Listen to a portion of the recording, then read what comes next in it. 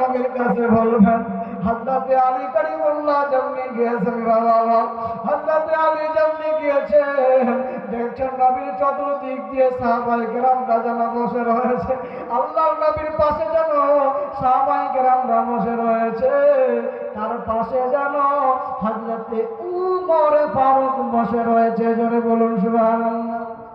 হযরতে আলী মনে করছে আল্লাহ গো, এই কথা যদি আমি এখন বলি গো তাহলে তো আবু জেহেলের গর্দন রাখবে না, আবু জেহেলের কাল্লা রাখবে না গো, আবু জেহেলের গর্দন রাখবে না। না না না না, এখানে সবার সামনে বলা যাবে না। কি করব? নবী মুহাম্মদুর রাসূলুল্লাহ সাল্লাল্লাহু তাআলা আলাইহি সাল্লামকে ডেকে নি, আর নবীর কানে কানে আমি বলবো। হযরতে আলী বলছেন নবী গো, দরদি নবী একটু আমার কাছে আসেন না গো, কিছু কথা আপনাকে বলবো। হযরতে ওমর ফারুক দেখছেন আল্লাহ নবী আর আলী আবার কি কথা বলবে, আমাদের সামনে বলবে আবার ক্ষতিটা কি? নবী বলছে আলী একটু দাঁড়াও, আমি আসছি। নবী আমার সেখান থেকে উঠে গেল।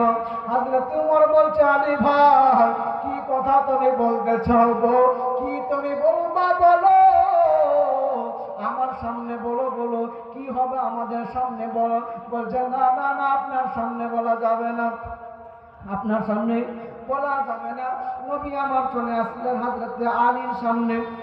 হযরতে ওমর দোয়া করছেন, আল্লাহ আমার তো আর মন মানে না, নবী আর আলীর মধ্যে কি কথা হচ্ছে, নবী আর আলীর মধ্যে গোপনীয় কথা, কানে কানে কি কথা হয় আমি ওমরও শুনতে চাই। একটু জোরে বলুন না সুবহানাল্লাহ।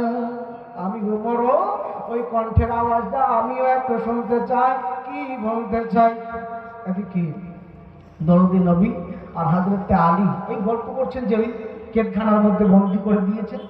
শুধু আল্লাহ তাবারক ওয়া তাআলা হযরতে সুলাইমান ফারসিকে শুধু এতটুকু আওয়াজ শুনালেন। সুলাইমান ফারসি কি শুনালেন? হযরতে ওমর ফারুকের কান পর্যন্ত শুধু এতটুকু আওয়াজ গেল।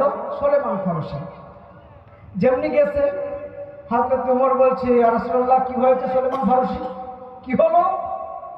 তো বলছে ওমর মাথা ঠান্ডা করো, বলছি একটু দাঁড়াও, একটু ধৈর্য ধরো, বলছে এই ব্যাপার, একজন আমার কাছে কলমা পড়ার জন্য ছটফট করছে, আজ 1 মাস 3 দিন হয়ে গেল, সে আর কোনো কুল কিনারা খুঁজে পাচ্ছে না, তাকে আবু জাহেল বন্দী করে রেখেছে, আজ 3 দিন হয়ে গেল তাকে পানি দেয় না। আজ